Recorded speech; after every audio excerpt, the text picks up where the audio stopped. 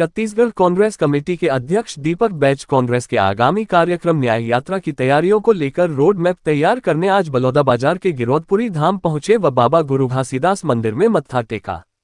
दीपक बैज ने बताया कि 27 नवंबर से 2 अक्टूबर तक न्याय यात्रा कांग्रेस पार्टी निकाल रही है, जिसकी शुरुआत गिरौदपुरी धाम से की जाएगी। 9 महीने की इस प्रदेश सरकार ने पूरे छत्तीसगढ़ को बर्बाद कर दिया है, अपराध का गढ़ बना दिया है, छत्तीसगढ़ सुरक्षित नहीं रहा। बलौदाबाजार आगजनी कवर्धा में लोगों की घरें जल रही है, कानून व्यवस्था पूरी तरह से चरमरा गई है। इसलिए कांग्रेस पार्टी ब्लॉक, जिला एवं प्रदेश स्तर पर लड़ाई लड़ने उतर रही है, लेकिन सरकार में कोई सुधार नहीं आया। इसलिए हम लोगों ने तय किया है कि इन सब मुद्दों को लेकर सीधा जनता के सामने जाएंगे। इसलिए हम 125 किलोमीटर की न्याय यात्रा गिरौदपुरी से शुरुआत कर रायपुर में समापन करेंगे। ये यात्रा 27 सितंबर से 2 अक्टूबर तक चलेगी।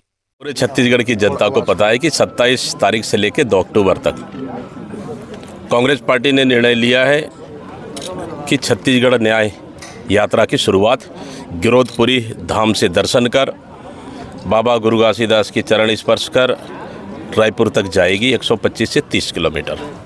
आज उसी की तारतम्य में हम लोगों ने रोड मैप देखने आए थे। आज पूरा रूट को हम लोगों ने देखेंगे, फिर हमारी आज का रूट फाइनल हो जाएगी। तैयारियां जोरों पर है और निश्चित रूप से आज दर्शन करने का अवसर मिला। इस न्याय यात्रा का मकसद है कि छत्तीसगढ़ में जिस तरह से 9 महीने की सरकार में पूरी तरह से छत्तीसगढ़ को बर्बाद कर दिया, अपराध का गढ़ बना दिया, कोई छत्तीसगढ़ की जनता सुरक्षित नहीं है। बलौदाबाजार जैसे घटनाएं, कलेक्टर ऑफिस जल रही, एसपी ऑफिस जल रही है और आपके कवर्धा में देखें तो वहाँ लोगों की घरें जल रही हैं। तो कानून व्यवस्था पूरी तरह से चरमरा गई है। इसके लिए कांग्रेस पार्टी लगातार ब्लॉक, जिला, विधानसभा घेराव, विधानसभा के अंदर सड़क की लड़ाई लड़े।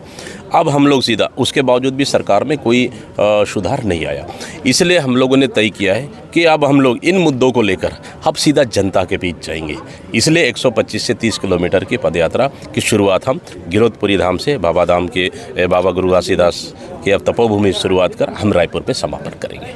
क्या वजह है कि गिरौदपुरी धाम से ही यात्रा निकाल रहे, क्या ही इसका बलौदाबाजार? बिल्कुल, देखिए मैंने कहा कि छत्तीसगढ़ की जिस तरह से अशांत इस सरकार ने फैलाया, हम चाहते हैं कि कहीं न कहीं एक संदेश जाना चाहिए कि छत्तीसगढ़ एक शांत प्रदेश है, छत्तीसगढ़ स्वाभिमानी प्रदेश है, छत्तीसगढ़ किसान और सभी की प्रदेश है। लेकिन इस सरकार में सभी कहीं न कहीं पूरी जनता त्रस्त हो चुकी है। इसलिए छत्तीसगढ़ को आज एकता की आवश्यकता है, छत्तीसगढ़ को शांति की आवश्यकता है, छत्तीसगढ़ को आज अपराध से मुक्त करने की आवश्यकता है। लेकिन इस सरकार में इच्छा शक्ति खत्म हो चुकी है। इसलिए हम उनकी नाकामियों को हम जनता तक पहुंचाने का निर्णय इस छत्तीसगढ़ न्याय यात्रा के माध्यम से हम लोगों ने लिया है।